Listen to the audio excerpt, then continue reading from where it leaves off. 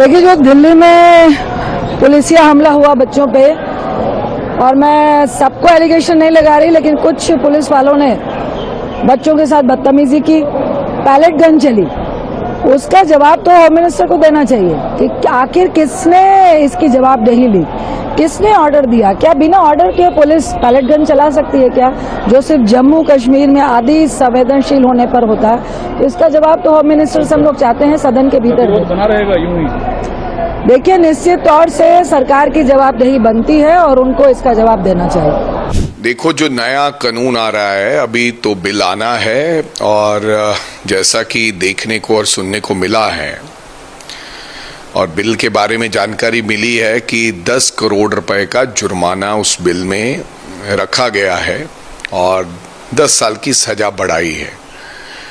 पहले सजा और जुर्माना कम था, ठीक है, लेकिन मेरे को लगता जो बड़ी बात है कि पेपर लीक ना हो, उसके लिए कोई ठोस कदम उस बिल में नहीं है।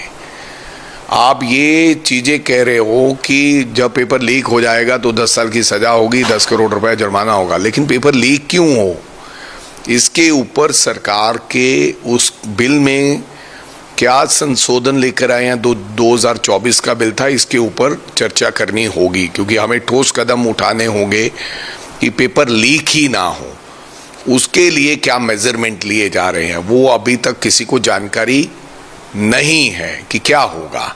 ये दो विषय है। पहले तो इस सरकार माहिर है संवादहीनता में।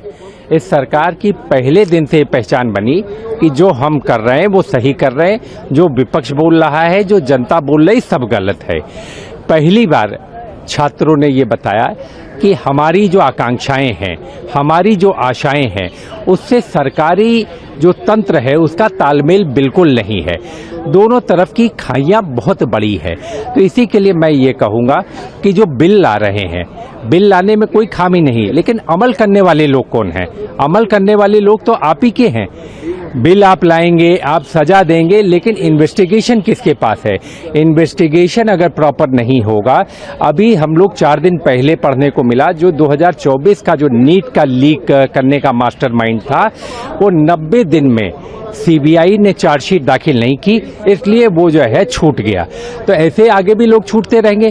कानून तो बनते रहेंगे, लेकिन बिगाड़ने का काम कौन कर रहा है? जो सरकार में बैठे हुए लोग हैं, वो लोग कर रहे हैं।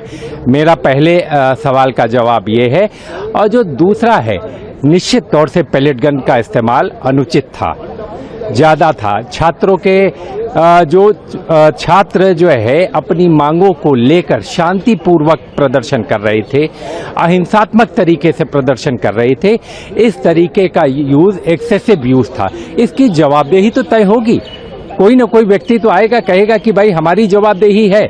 आपने किसी को परमानेंटली विकलांग कर दिया और जवाबदेही नहीं, तो सरकार को समझना चाहिए कि वो जनता की आकांक्षाओं से, जनता की आशाओं से, जनता के वास्तविक मुद्दों से बहुत दूर होती चली जा रही है। आज महंगाई, आज बेरोजगारी चरम पर है। जनता की जरूरत ये है। आज छात्र इसलिए आ रहे हैं कि पढ़ लिख तो लेते हैं, लेकिन उनको नौकरी नहीं मिलती। बेरोजगारी का ये आलम है, लेकिन सरकार इस चीज को समझने को तैयार नहीं।